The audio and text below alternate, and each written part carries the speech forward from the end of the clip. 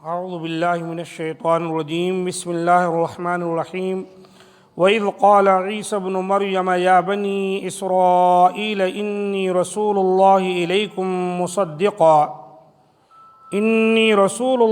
إِلَيْكُمْ مُصَدِّقًا لِمَا بَيْنَ يَدَيَّ مِنَ التَّوْرَاةِ وَمُبَشِّرًا بِرَسُولٍ يَأْتِي مِن بَعْدِي اسْمُهُ أَحْمَدُ فَلَمَّا جَاءَهُم بِالْبَيِّنَاتِ قَالُوا هَذَا سِحْرٌ مُبِينٌ وَمَنْ أَظْلَمُ مِمَّنِ افْتَرَى عَلَى اللَّهِ الْكَذِبَ وَهُوَ يُدْعَى إِلَى الْإِسْلَامِ وَاللَّهُ لَا يَهْدِي الْقَوْمَ الظَّالِمِينَ يُرِيدُونَ لِيُطْفِئُوا نُورَ اللَّهِ بِأَفْوَاهِهِمْ وَاللَّهُ مُتِمُّ نُورِهِ وَلَوْ كَرِهَ الْكَافِرُونَ هُوَ الَّذِي أَرْسَلَ رَسُولَهُ بِالْهُدَى وَدِينِ الْحَقِّ لِيُظْهِرَهُ عَلَى الدِّينِ كُلِّهِ وَلَوْ كَرِهَ الْمُشْرِكُونَ۔ اور جب مریم کے بیٹے عیسیٰ نے کہا اے بنی اسرائیل، میں تم سب کی طرف اللہ کا رسول ہوں، مجھ سے پہلے کی کتاب تورات کی میں تصدیق کرنے والا ہوں، اور اپنے بعد آنے والے ایک رسول کی میں تمہیں خوشخبری سنانے والا ہوں جن کا نام احمد ہے۔ پھر جب وہ ان کے پاس کھلی دلیلیں لائے تو یہ کہنے لگے یہ تو کھلا جادو ہے۔ اس شخص سے زیادہ ظالم اور کون ہوگا جو اللہ پر جھوٹ باندھے، حالانکہ وہ اسلام کی طرف بلایا جاتا ہے اور اللہ ایسے ظالموں کو ہدایت نہیں کرتا۔ وہ چاہتے ہیں کہ اللہ کے نور کو اپنے منہ سے بجھا دیں، اور اللہ اپنے نور کو کمال تک پہنچانے والا ہے، وہ کافر برا مانے۔ وہی ہے جس نے اپنے رسول کو ہدایت اور سچا دین دے کر بھیجا تاکہ اسے دیگر تمام مذاہب پر غالب کر دے، اگرچہ مشرکین ناخوش ہوں۔ سورۃ الصف آیت نمبر 6 تا 9۔ ان آیتوں میں اللہ رب العزت نے حضرت عیسیٰ علیہ السلام کا ذکر کیا ہے، اور انہوں نے نبی صلی اللہ علیہ وآلہ وسلم کے تعلق سے جو بشارت اپنی قوم کو دی تھی کہ میری قوم کے لوگوں، میرے بعد ایک رسول آنے والا ہے جس کا نام احمد ہوگا، اس کی بشارت بھی یہاں پر موجود ہے۔ ارشاد باری تعالی ہے وَإِذْ قَالَ عِيسَى ابْنُ مَرْيَمَ يَا بَنِي إِسْرَائِيلَ، اور یاد کرو جب مریم کے بیٹے عیسیٰ نے کہا اے بنی اسرائیل، میں تم سب کی طرف اللہ کا رسول ہوں، انی رسول اللہ الیکم مصدقا لما بین یدی من التوراۃ، مجھ سے پہلے کی کتاب تورات کی میں تصدیق کرنے والا ہوں۔ حضرت عیسیٰ علیہ السلام کا قصہ اس لیے بیان فرمایا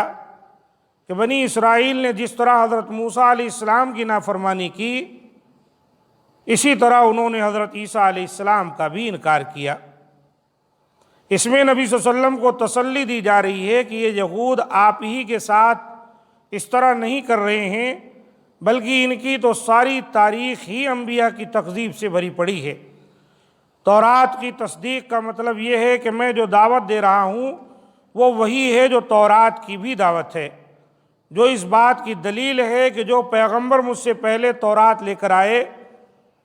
اور اب میں انجیل لے کر آیا ہوں، ہم دونوں کا اصل ماخذ ایک ہی ہے۔ اس لیے جس طرح تم موسیٰ و ہارون اور داؤد و سلیمان علیہ السلام پر ایمان لائے، مجھ پر بھی ایمان لاؤ، اس لیے کہ میں تورات کی تصدیق کر رہا ہوں، نہ کہ اس کی تردید و تکذیب۔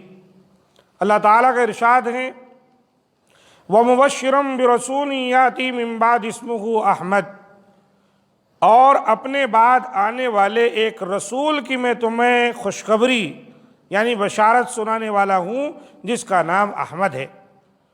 یہ حضرت عیسیٰ علیہ السلام نے اپنے بعد آنے والے آخری پیغمبر حضرت محمد رسول اللہ صلی اللہ علیہ وسلم کی خوشخبری سنائی۔ چنانچہ نبی صلی اللہ علیہ وآلہ وسلم نے فرمایا انا دعوت ابی ابراہیم و بشارت عیسیٰ، میں اپنے باپ ابراہیم علیہ السلام کی دعوت اور عیسیٰ علیہ السلام کی بشارت کا مصداق ہوں۔ احمد یہ اگر بمعنی فاعل اس میں تفضیل کا صیغہ ہو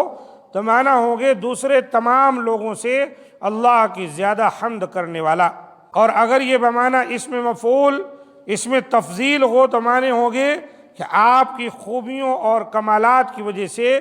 جتنی تعریف آپ کی گئی اتنی کسی کی بھی نہیں کی گئی، جیسا کہ فتح القدیر میں یہ بات آئی۔ اللہ تعالیٰ آگے فرماتا ہے فَلَمَّا جَاءَهُم بِالْبَيِّنَاتِ قَالُوا هَذَا سِحْرٌ مُبِينٌ، پھر جب وہ ان کے پاس کھلی دلیلیں لائے تو یہ کہنے لگے یہ تو کھلا جادو ہے، یعنی حضرت عیسیٰ علیہ السلام کے پیش کردہ معجزات کو جادو سے تعبیر کیا، جس طرح گزشتہ قومیں بھی اپنے پیغمبروں کو اسی طرح کہتی رہی ہیں۔ بعض نے اس سے مراد نبی صلی اللہ علیہ وسلم لیے ہیں اور قالو کا فاعل کفار مکہ کو بنایا ہے۔ اللہ تعالیٰ آگے فرماتا ہے وَمَنْ أَظْلَمُ مِمَّنِ افْتَرَىٰ عَلَى اللَّهِ الْكَذِبَ وَهُوَ يُدْعَىٰ إِلَى الْإِسْلَامِ،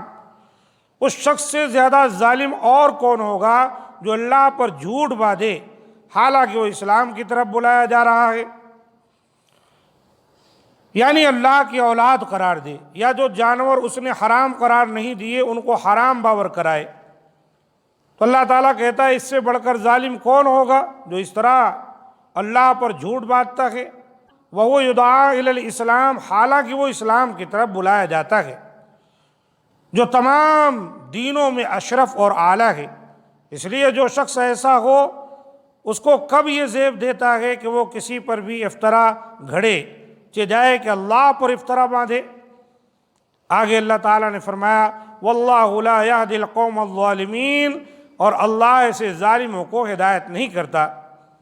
فرمایا يُرِيدُونَ لِيُطْفِئُوا نُورَ اللَّهِ بِأَفْوَاهِهِمْ، وہ چاہتے ہیں کہ اللہ کے نور کو اپنے منہ سے بجھا دیں۔ نور سے مراد قرآن یا اسلام یا محمد صلی اللہ علیہ وسلم یا دلائل و براہین ہے۔ منہ سے بجھا دیں کا مطلب وہ طعن و تشنیع کی باتیں ہی جو ان کے منہوں سے نکلتی ہیں، اور وہ چاہتے ہیں انہی باتوں سے کڑوی کسیلی نبی صلی اللہ علیہ وسلم کے دین کو مٹا دے۔ حالانکہ واللہ متم نورہ ولو کرہ الکافرون، اور اللہ اپنے نور کو کمال تک پہنچانے والا ہے وہ کافر برا مانے، یعنی اس کو آفاق میں پھیلانے والا اور دوسرے تمام دینوں پر غالب کرنے والا ہے، دلائل کے لحاظ سے یا مادی غلبے کے لحاظ سے یا دونوں لحاظ سے۔ دنیا کتنا بھی چاہے اس کو مٹا دے وہ اس کو مٹا نہیں سکتی۔ پھر اللہ تعالیٰ نے فرمایا هو الذی ارسل رسولہ بالہدی ودین الحق لیظہرہ علی الدین کلہ، وہی ہے جس نے اپنے رسول کو ہدایت اور سچا دین دے کر بھیجا تاکہ اسے دیگر تمام مذاہب پر غالب کر دے۔ یہ گزشتہ بات ہی کی تاکید ہے، اس کی اہمیت کے پیش نظر اسے پھر دہرایا گیا کہ اللہ تعالیٰ اپنے نبی کو بھیجا ہے اور دین حق دیا ہے، اور اللہ تعالیٰ اس کو تمام ادیان پر غالب کر دے گا۔ فرمایا وَلَوْ كَرِهَ الْمُشْرِكُونَ، مشرکوں کو چاہے کتنا ہی برا معلوم کیوں نہ پڑے، لیکن بات یہ ہے کہ یہ دین حق ان کے گھروں تک پہنچے گا، ان تک پہنچے گا، اور کسی میں طاقت نہیں کہ اس دین حق کو وہ مٹا دیں، روک دیں۔ اللہ تعالیٰ کا یہ وعدہ ہے کہ وہ کتنی بھی کوشش کر لیں دین کو مٹانے کی، لا محالہ ایسا ہو کر رہے گا کہ دین ساری دنیا کے اندر پہنچے گا۔ اور آج ہم دیکھیں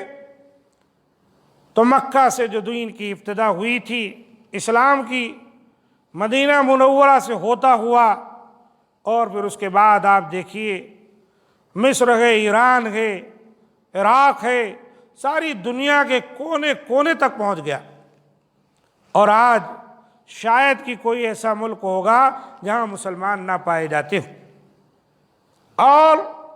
اس وقت دنیا کے اندر دین اسلام ہی وہ دین ہے جس کو لوگ قبول کر رہے ہیں،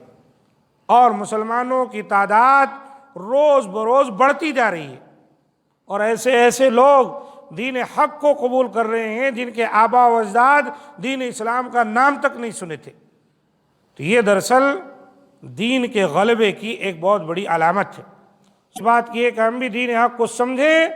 اور سمجھ کر اس کی دعوت و تبلیغ کا کام انجام دیں، خود بھی اس پر عمل کریں، اس راہ میں آنے والی تمام رکاوٹوں کے سامنے صبر و تحمل کا مظاہرہ کریں۔ اللہ تعالیٰ سے دعا ہے کہ مولا کریم ہم تمام کو دین حق کو پہنچانے والا بنا دے،